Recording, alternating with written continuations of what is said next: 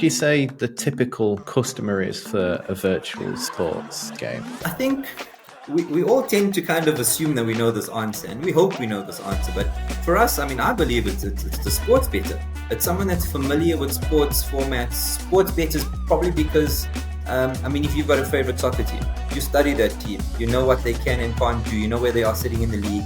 You know what the odds of them are coming up against your biggest rivals. It gives them a feeling of similarity because they kind of already know what happens in the real world. Online, I suppose, is somewhat different because players want speed, they want control, they want instant gratification. So our faster formats tend to lead.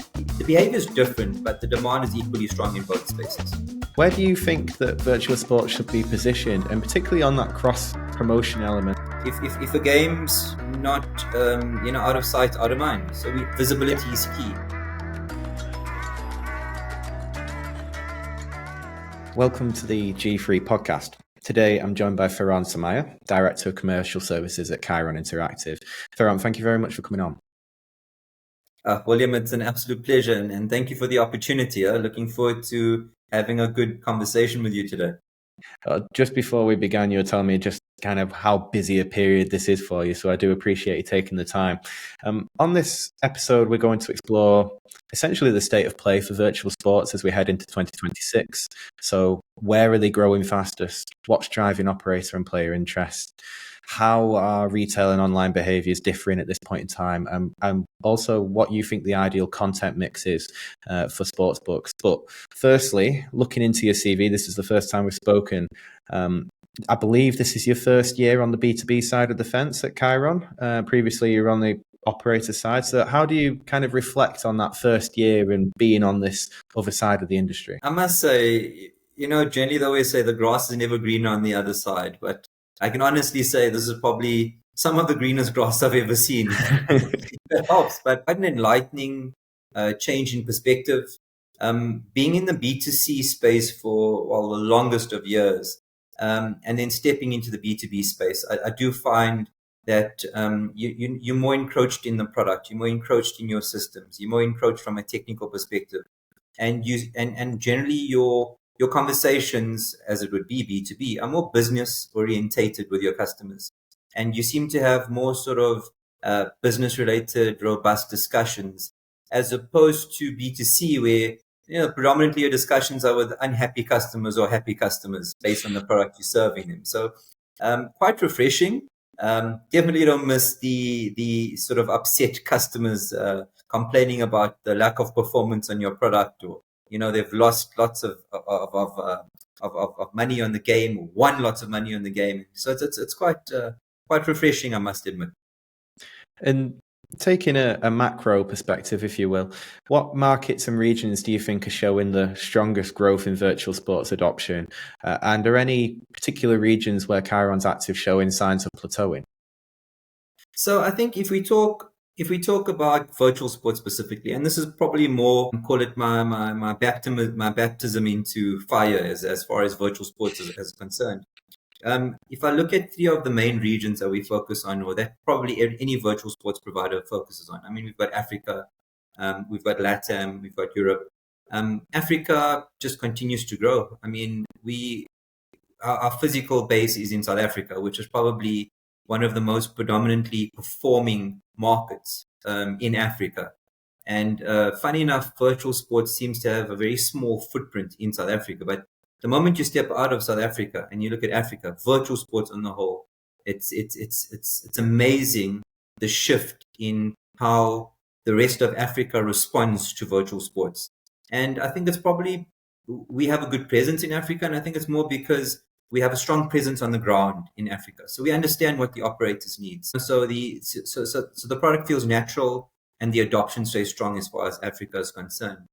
Latin America, as we've seen globally and in a lot of news articles, Latin America is gaining real speed as regulation sort of opens up and becomes more robust. And obviously operators are looking for dependable virtual content to complement live sport and fill the gap, especially when there's sort of breaks in major sports events throughout the calendar year. And then moving on from Latin America, there's Europe. Europe is mature and stable. But I think because it's mature and stable, growth tends to come now from upgrades, fresher formats rather than first-time adoption. So it's more steady than plateauing, in my opinion. So yeah. And what factors do you believe are driving operator interest in virtual sports? So, me coming from the B2C sort of space, I think I've experienced this firsthand in terms of how you could be doing it wrong. And I think the nice thing about virtual sports is that it adds genuine variety. So it complements your sports book, and it complements your instant or casino game lobby. And whilst virtuals are not slots, they're also not live sports.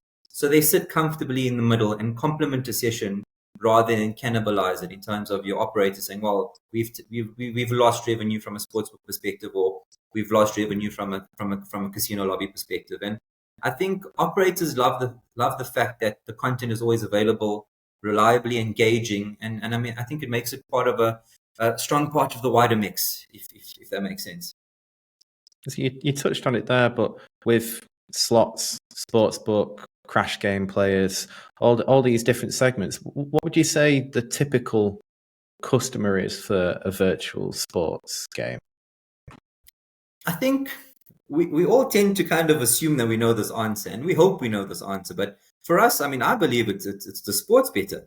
It's someone that's familiar with sports formats, sports. Like a typical. If someone's going to bet on virtual soccer, you'd like to believe that that person has a strong investment in, let's call it the EPL. They have their favorite teams that they follow. So I think sports bettors probably because I mean, if you've got a favorite soccer team, you study that team. You know what they can and can't do. You know where they are sitting in the league.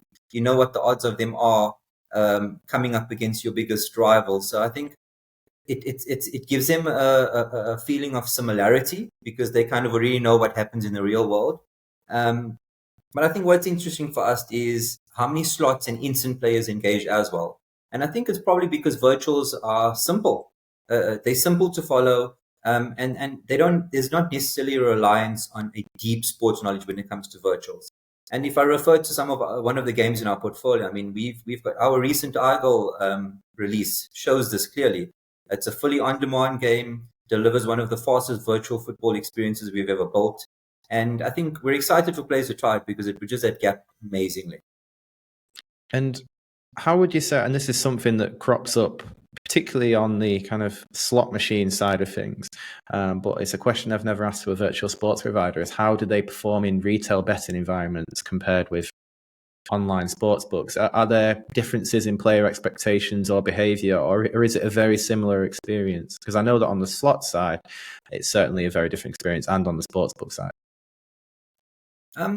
In context of what you just asked, I strongly believe that it probably sits kind of in the middle, and I think it shows how strong both channels are. I mean, your sportsbook versus your instant games, and I think if we talk about retail, I mean, retail is probably a very unique story, and I think especially if we come back to Africa, and you take into context the social aspect of the retail shops, and I think virtuals bring real energy to a shop, and I refer to the fact when these crowds sort of gather for the next race or the next match, and it becomes a shared moment that sort of drives engagement. Online, I suppose, is somewhat different because players want speed, they want control, they want instant gratification. So our faster formats tend to lead. The behavior is different, but the demand is equally strong in both spaces. These kind of back-to-back conversations with customers, how do you navigate those conversations with them, particularly prospective clients as well as existing clients, about what titles to take? So obviously, from kind of my perspective, I'd just assume, well, you're going to try and sell as much as you can, get the football, the horse racing, the motorsports, all of it. But is it actually more nuanced than that? Is it more, actually, I think you should take these certain titles for these markets because we've seen them perform and you should use these titles elsewhere? Or is it take the whole portfolio, it's all great? I think the general B2B provider would probably refer to your last term and say, hey, take our entire portfolio. We want all our games. But if I look at what I've kind of noticed or experienced, with our virtuals, and whether it's any virtual games provider that you talk to globally, ultimately it boils down to football, horses, and greyhounds. In my mind, they drive most of the performance in almost every region. The rest depends on understanding the market and shaping a mix that fits local needs and infrastructure, especially where low data solutions are important. I mean, I talk about our mobile light solution, and we find that virtuals might not necessarily perform in a specific region, but when we give them a mobile light solution, that just sort of it really performs quite well. But I think for us, we choose to rather guide our partners through that than rather offering a one size fits all. We want to have a conversation with you and get to what's the right solution for our partners. And so the games are chosen. What's that integration process like? Are there kind of typical mistakes that you see and you are always try and get ahead, or is it pretty much always a seamless experience? Call it my opinion, but I believe this is an area where we really excel. We can plug into an existing sportsbook through a data feed or power the full wagering layer with Betman, which is our wagering recording system. We offer the same flexibility in retail with both turnkey setups and direct integrations. And I think, virtual sports work best when they sit fully inside the sportsbook, sharing the same wallet, the same bet slip, and the same flow as real sports. And I think ultimately, traditionally, we know that your sort of instant lobby would generate the predominant share of your revenue because people tend to move towards instant games. But what we found best with a lot of our operators is having virtual sit in the sportsbook helps that transition to potentially sort of convert or add an experience to your sports players by allowing them visibility of the instant games, and virtuals helps with that transition. And I think this is where our integration options make a genuine difference because we can meet the operator exactly where they are. And this was something that we touched on before about kind of who the typical player is and kind of what interests they have. When that you do on an annual basis to say the football season's coming to an end, this is the best time to start doing cross promotion, or is it something that should be year round? How do you kind of speak to clients about those sorts of issues? So I think going back to the first part of your question, I think, virtual sports perform best when they have real visibility. I mean, if a game's not, out of sight, out of mind. So visibility is key. And I think cross promotion works well when it ties into real sports moments. For example, a special link to tonight's football or a boost around a major race card. It creates that familiarity. So I believe when virtual sit alongside real sports instead of in a separate corner, engagement climbs quickly. And I say this from experience. I mean, with one of the operations I ran, I had virtuals as well. And unfortunately, at the time, we had virtuals sitting in our casino lobby and didn't see much traction with those games. And I think if I look at some of the other operators who have taken the step to move virtuals into their sportsbook and creating that cross-pollination in terms of events from soccer games, race events, etc., it does drive very, very decent play with virtuals. And when it does get to a point when there's a gap in that sort of sports calendar, you can just enhance what you've already started during the year and really just give it a bit of a boost for that period. So your sports bettors stay engaged. They don't just lose momentum and rather just choose to wait for the next season to start.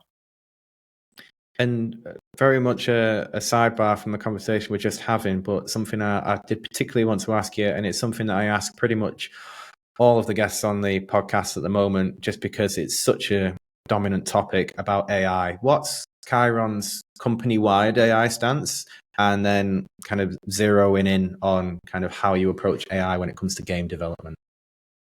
Listen, William, we've all watched Terminator. We know what happens when it comes to AI. But I mean, on a serious note, I think, look, soon no one will be asking whether something is AI. It will just be a part of how things get made. I mean, right now, AI is strictly an accelerant and not a shortcut for us. We would be lying if we said AI never had a role, but we will only use it where it improves the experience without sacrificing authenticity. And I do believe when something is AI generated, the general person on the street can actually pick up, but wait, there's a slight nuance here that removes the human element. So it is potentially AI. I mean, we've tested it in promotional work, but not in our games. And I don't believe we need to. Our in-house animation and 3D team is exceptional. creative control stays with the team, because trust comes from human craftsmanship. So something that we feel very strong and passionate about. And I think, yeah, you will see that at ICE next year in our new showreel, not one scene is AI.